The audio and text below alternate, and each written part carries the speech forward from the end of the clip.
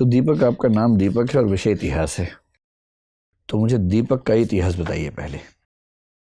दीपक एक तरह से डिवाइस थी जिससे हम अंधेरे समय में प्रकाश कर लेते थे एक ज़माने में। आप ये बताएं कि मनुष्य का जो प्राकृतिक प्रकाश है वो तो सूर्य है, थोड़ा चंद्रमा है।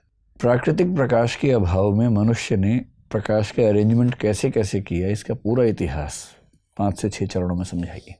सर, सबसे पहले आदिम समाज में जब अंधेरा होता था तो कुछ देखने की व्यवस्था नहीं थी, तो आदिम समाज ने आग का प्रयोग सबसे पहले किया। 2 पत्थरों को रगड़ के आग उत्पन्न किया। ठीक है। उसके बाद सर उसी आग के सहारे अपनी जीवन की सुरक्षा की। पर वो कंट्रोल कैसे होती होगी? जैसे एक पेड़ में आग लगा दी रात को देखने के लिए और सुबह तो जंगल सहा हो गया। सर पेड़ में नहीं, एक्चुअली लकड़ियों को इकट्ठा करके आग लगाते थे। ठीक है। धीरे धीरे कंट्रोल कर लेते। Yes sir. ठीक है। उसके बाद धीरे धीरे मनुष्य जागरूक हुआ, बौद्धिक चेतना का विकास हुआ, तो उसे पता चला कि इसके अन्य भी कार्य हो सकते हैं, तो रोशनी के अलावा खाना पकाने में। उसके बाद जंगली जानवर से नहीं, मुझे तो रोशनी के इतिहास में रुचि है, आग के इतिहास में नहीं। रोशनी करने के लिए पहले आपने बताया कि आग से लकड़ी जला ली। यस। उसके बाद इतिहास आगे कैसे बढ़ा? सर उसके बाद एक यज्ञ प्रकरण सामने आता है। दिन के समय जो वैदिक समाज था, या उसके पहले जो हड़प्पाई काल थे, तो जब नवपाषाण काल में आग की खोजी, उसके बाद हड़प्पाई समाज में हम चरण में प्रवेश किए। उसके बाद सर आग से हमने ये देखा कि प्रकाश भी उत्पन्न किया जा सकता है, तो उसी को व्यापक मात्रा में एक दीप का प्रयोग करते हुए, जो मिट्टी के बर्तनों का चाक का प्रयोग करते हुए उसको प्रयोग में लाया गया जिससे प्रकाश उपलब्ध हो सके। ठीक है। आगे जाकर इससे सर अग्नि को मतलब पूजा का महत्व दे दिया गया। अग्नि पूजन की बातें बार बार प्रकाश के इतिहास से अग्नि के इतिहास पे शिफ्ट हो जाते हैं। मैं केवल प्रकाश का इतिहास पूछ रहा हूँ आपसे, है ना? अब तक मैं 2 ही पॉइंट समझ पाया हूँ आपके निबंध में से। पहला ये कि आग जलाई हमने। Yes sir. ठीक है। दूसरा ये कि हमने उससे दीपक जला लिया। Yes sir. उसके बाद बताइए फिर क्या हुआ? सर उसके बाद दीपक को सर सांस्कृतिक रूप दे दिया गया, जैसे हमारे महाकाव्यों से जोड़ा गया इसे। रामायण में आप फिर नहीं समझ रहे मेरी बात। आप जिस परीक्षा के लिए आ रहे हैं, जिस पद के लिए आ रहे हैं, उस पद की अपेक्षा ये भी होती है कि आपसे जो पूछा जाए आप केवल वही जवाब दें। ठीक है।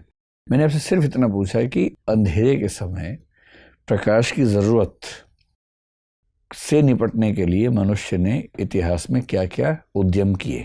अभी तक आपने बताया कि उसने पहले पत्थर से आग जलाई। Yes sir. और दूसरा आग से दीपक जला लिया। Yes sir. उसके बाद क्या बताइए? सर उसके बाद यही प्रक्रिया निरंतर बढ़ती चली गई सर।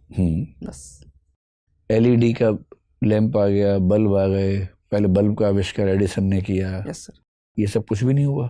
सर मशालें बनी, वो सब नहीं हुआ इसमें? सर मुझे लगा आपने केवल दिए के उपलक्ष्य में पूछा है। नहीं, मैंने तो कहा कि मनुष्य के सभ्यता का इतिहास पूछा, प्रकाश का इतिहास पूछा। अच्छा चलिए, कोई बात नहीं। अब आप ये बताएं कि आप गोंड जनजाति से आते हैं, है ना? गोंड जनजाति का मुख्य इलाका तो मैंने सुना कि मध्य प्रदेश है, थोड़ा सा इलाका बिहार भी है। गोटुल क्या होता है? सर गोटुल एक मुख्यतः आवास होता है सर गोंड जनजाति में, जहाँ पे एक अविवाहित जोड़े को सर रखा जाता है। क्यों रखा जाता है? ताकि एक समझ विकसित कर सके और अपने जीवन साथी का चयन कर सके। मतलब एक ही जोड़े को रखते हैं या कई बच्चे वहां पर रहते हैं? एक कमरे में एक जोड़े को रखते हैं सर, ऐसे कई कमरे होते हैं। क्या ये कह सकते हैं कि वो को लिविंग का एक ट्रेडिशनल फॉर्मेट है, जो हमारे देश के ट्राइब्स में को लिविंग से बड़ी चीजें, जिसको आप डेटिंग से भी आगे बढ़ा के कोर्टशिप कह सकते हैं, वो व्यवस्था है? जी सर, एक दूसरे को समझने के लिए ऐसी व्यवस्था जनजातियों में की गई है। नहीं, वो केवल समझने का मसला है या उसमें फिजिकल रिलेशंस भी शामिल हैं? सर जहाँ तक मेरी जानकारी है, समझने का ही मामला है सर। अच्छा, मुझे ये बताइए कि ट्राइबल्स को सभ्य समाज से क्या सीखना चाहिए? ये तो दुनिया जानती है। सभ्य समाज को ट्राइबल से क्या सीखना चाहिए? ऐसे 5 बातें बताइए। सर सबसे पहले तो सर प्रकृति पूजा सीखनी चाहिए, जो वनस्पतियों की पूजा करते हैं। दूसरी सर अपनी संस्कृति की जो विविधता है उसके बारे में सीखना चाहिए। तीसरा सर सबसे बड़ी बात आमतौर पर भारत के सभी ट्राइब्स में देखी जाती है, एक जो लैंगिक समानता का पक्ष है, बहुत बढ़िया, वो सीखना चाहिए। ठीक है। और सर चौथा ये है कि जो पारंपरिक आयुर्वेद जैसी जो चीज़ें हैं उसे सीखना चाहिए सर। और tribal medicine. Yes sir, tribal medicine. ठीक है। और सर पांचवा ये सीखना चाहिए कि हम कितने भी आधुनिक क्यों न हो जाए, अपनी जो जमीन और संस्कृति है उससे हमेशा जुड़े रहना चाहिए। बहुत बढ़िया सर। दीपक एवरेज रहा सर। एवरेज रहा। Yes sir. अब जैसे एवरेज है, ये खुशी की बात तो है नहीं, दुख की बात है, लेकिन आप इस पर मुस्कुरा रहे हैं। क्यों मुस्कुरा रहे हैं इस पर आप? सर अब अच्छा लग रहा है सर ऐसे इंटरव्यू देखे, बट रिजल्ट शायद एवरेज रहा। आपको क्या किसी ने सलाह दी है कि मुस्कुराना है बहुत ज़्यादा इंटरव्यू में? नहीं सर, ये प्रकृति है सर मेरी। थोड़ा सा नियंत्रण कीजिए। देखो, आपकी एंट्री बहुत अच्छी है, आपकी ड्रेस बहुत ही शानदार है, बहुत सुंदर आप दिख रहे हैं, कहीं कोई समस्या नहीं है। हो सके तो सॉक्स चेंज कर लीजिएगा, ब्लैक पहन लीजिएगा। देखो दीपक, आप ना जिन प्रश्नों के उत्तर आपको आते हैं, फैक्चुअल वाले प्रश्न, उसमें तो आप बहुत बढ़िया जवाब दे रहे हैं। जहाँ नहीं आते हैं वहाँ आप सॉरी बोल रहे हैं। सॉरी आपका मुझे ऐसा लग रहा है कि ठीक है, बस थोड़ा सा गति कम कर दीजिए। प्रश्न सुनते खटाक से सॉरी बोलते हैं, लगता है कि आप सॉरी ही तैयार करके आए थे कि बोल के दिखा दूंगा सॉरी, ऐसा ना लगे। बस है ना, थोड़ा सा गैप लेके ये लगे कि आप कोशिश कर रहे हैं याद करने की, फिर सॉरी बोल रहे हैं। जितना मुस्कुराना चाहिए वहाँ मुस्कुराओ, जहाँ मुस्कुराने की बात हो।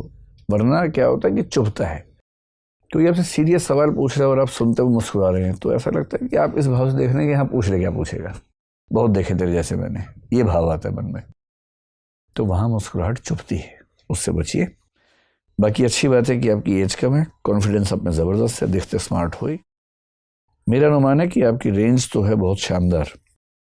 मुस्कुराओगे कम, डरोगे नहीं, इमेजिनेटिव किस्म के प्रश्नों पर अच्छा जवाब ज़रूर दोगे, भाषा ठीक रखोगे तो प्रॉपर IAS से नीचे कुछ नहीं मिलेगा।